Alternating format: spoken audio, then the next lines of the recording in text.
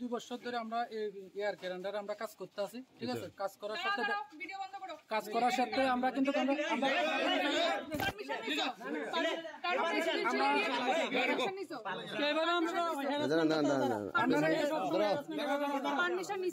আপনি মোবাইলটা হাত দিচ্ছেন কেন? পারমিশন নিছো কেন? কি না এটা বলো। আমি ও রাস্তার মধ্যে করতেছি, আপনার পারমিশন কেন? রাস্তা মানে তুমি আমার বাড়ির সামনে করতেছো।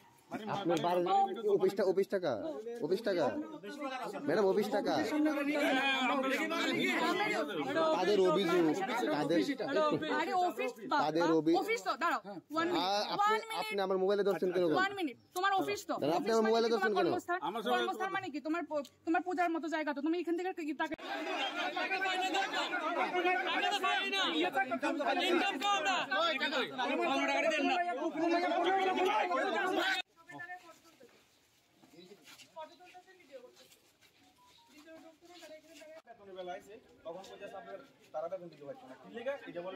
সবার কিন্তু এরকম সবার এরকম না, তাহলে সবাই আমার তো সবার চেয়ে বেশ না, মানে সম্মান যেহেতু হারাই গেছি, এবার আমি তোমরা দেখো বিনা দোষে আমার সম্মান দিতেছে, যেটা তোমরাও জানো না হয়তো। তাহলে আপনার কোনো দোষ নাই স্যার। আমি কইতেছি তো, আমি দুই হাত ধরে শুনো ওখানে যে আমার কথা শুনেন, যে মহিলা আপনাদের সাথে কথা বলছে তাই নাকি? তাই না তো আমরা চিনি না, তাই না আমরা হ্যারাসমেন্ট করতেছে, তাই না অ্যাকচুয়ালি কি বাড়ির মালিক না কি আমরা কিন্তু জানি না, ঠিক আছে। না কি তাই না ওনার কার নামে টেন্ডার আছে, কি তাইনের নামে টেন্ডার আছে না মহিলা কার নামে আছে আমরা কিছু জানি না। কি ধরনের হ্যারাসমেন্ট করতেছে তাই না? হ্যারাসমেন্ট যে মিডিয়া, আপনি যে আইছেন, যে দাদা আইছেন, আপনার থেকে মোবাইলটা কারে নিতে গেছে, ভিডিও করবার লাগে দিতে আছে না, তাহলে তার মধ্যে গাফিলতি আছে। আমি কম যে আমরা দুজন ভিতরে যাইতাম না, তাই না আমরা বাইরে আইয়া সেটা কমিটমেন্ট করতে হবে, আপনার সামনে কমিটমেন্ট করতে হবে। আমরা 570 জন পোলাপানের সামনে কমিটমেন্ট করতে হবে। আর কালকের মধ্যে আমরা আজকে তো মানে বুধবার, আমরা শুক্রবারের মধ্যে আমরা স্যালারি ইপিএফ পুরো ক্লিয়ার লাগবে, নাহলে আমরা এর থেকে বড় আন্দোলনে যাবো। এরকম ভাবে দাদা আজকে 2 বছর ধরে আমরা এয়ার ক্যালেন্ডারে টিসিএল এর বিদ্যুৎ দপ্তর আমরা কাজ করতেছি। এখানে আমরা 570 থেকে 580 জন আছি, junior operator and technical assistant, ঠিক আছে। দেখা গেছে যে আমরা 4 মাস 5 মাস অন্তর 1 মাসের স্যালারি দিই, তাও স্যালারিটা দেয় যে আমরা কারো কেউ আছে যে অপারেটরে থাকলে হেড টেকনিক্যাল অ্যাসিস্ট্যান্টের স্যালারি ঢুকতেছে 6980 টাকা ঢুকতেছে। আমরা কিন্তু গভর্নমেন্ট কিন্তু আমরা ইপিএফ প্লাস ইএসআর টাকা কিন্তু তারা আনতে আছে, কিন্তু আমরা ওই টাকাটা 1 টাকা পে করছে না। তারা ফোন করার সত্ত্বে আমরা কোনো টাকা পে করবো কয়ে সেটা তারা মোবাইল নাম্বারটা সুইচ অফ করে রেখে দেয়। আজকে এত বছর হয়ে গেছে গা, আমরা ন্যূনতম ওখানে তার কাছে 5 থেকে 6 মাসের টাকা পানা রয়ে গেছে। আর ইপিএফ প্লাস ইএসআই আমরা 2 বছর পর্যন্ত তার কাছে পানা রয়ে গেছে, 1 টাকা আমরা ক্লিয়ার করছে না।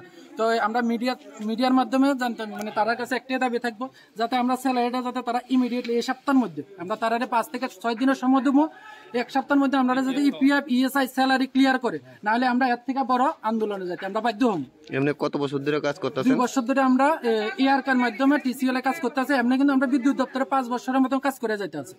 আচ্ছা, এই কোম্পানিটা এখানে কতদিন ধরে?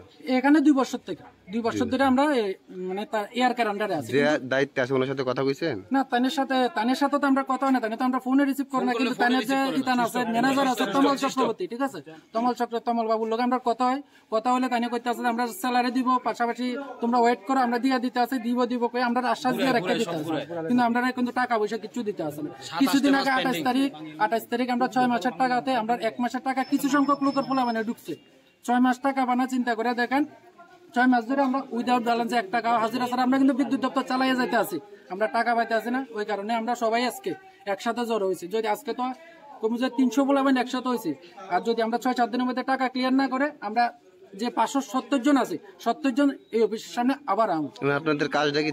আমাদের বিদ্যুৎ দপ্তরে আমরা হইতাছি জুনিয়র অপারেটর, মানে আমরা junior operator and technical assistant. আমরা যে বিদ্যুৎ দপ্তরে যে লাইনে কাজ করতে হয়, লাইন মেইনটেনেন্স থেকে লয়ে আসেরা একটা দপ্তরে, আর আমরা যারা অপারেটর আছি ভিতরে বসে আসেরা অপারেশন ফিল্ড টিটারে কাজ করি, আমরা কাজ দেখাশোনা করি। তো আপনারা কত বছর ধরে কাজ করতেছেন? আমরা 5 বছর ধরে কাজ করতেছি, কিন্তু এয়ার ক্যালেন্ডারে আমরা 2 বছর ধরে কাজ করতেছি। বেতন কত বছর দিয়েছেন? বেতন তো তারা কেতানি তারা 3 মাসে 4 মাসে একবার দিত আগে, আর অক্ষর থেকে শুরু করে তারা মানে 5 মাস ধরে তারা আমরা কোনো স্যালারি দিতে আসেন। পাশাপাশি যে আমরা ইদানিং মানে 6 থেকে 7 মাস আগে আমরা 40 থেকে 50 জনের উপরে বাই নিয়োগ করা হয়েছে, কিন্তু দপ্তর থেকে তাদের নামে কোনো বিল আইতে আসে না। তারা কি আদৌ কি দপ্তরে মানে এয়ারকের সাথে যুক্ত আছে কিনা? এয়ারকের থেকে কিন্তু অফার লেটার দেওয়া হয়েছে। কারোর কাছে যদি অফার লেটার থাকে ভাই আমরা দাও একটু অফার লেটারটা একটু দেখো ভাই। সামনে এসে অফার লেটার দেখো, কাগজ আছে নি ভাই কারো কাছে? যদি অফার লেটারটা একটু দাও, অফার লেটারটা দেখো। 70 জনের উপরে মানে তারা নিয়োগ করছে, কিন্তু দপ্তরের রেজিস্টারে খাতার মধ্যে রেজিস্টারে সই করতে আছে। দপ্তর থেকে যখন তার কাছে যখন এই যে তারা বিলটা পাঠানোর লাগে কইতাছে কোন না আমরা তো এমন ধরনের কোনো লোক নিয়োগ করছি না। লোক নিয়োগ না করলে তারা এই অফার লেটার গুলা দেখেন, এই অফার লেটার গুলা কই পাইছে তারা? তো আমরা মিডিয়া বন্ধুর মাধ্যমে এটাই বোঝাতে চাই যে নিয়োগ নীতির নিচে তারা, আমরা যাতে সবাই যাতে স্যালারি পাই, এই সপ্তাহের ভিতরে যাতে আমরা স্যালারিটা ক্লিয়ার করে, পাশাপাশি আমরা ইপিএফটা যাতে ক্লিয়ার করি। আটকে রয়েছে কতদিন আপনার স্যালারি? আমরা 7 মাস। 7 মাস। 7 মাস। কতজন আছেন ওখানে? ইপিএফ পানা রয়েছে 18 মাস, স্যালারি পানা রয়েছে 6 থেকে 7 মাস। স্বপ্নের বাড়ি কিনবেন ভাবছেন?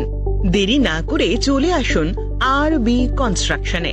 অত্যাধুনিক সুযোগ সুবিধা সহ আপনার সাধ্যের মধ্যে ফ্ল্যাট পাবেন আমাদের এখানে।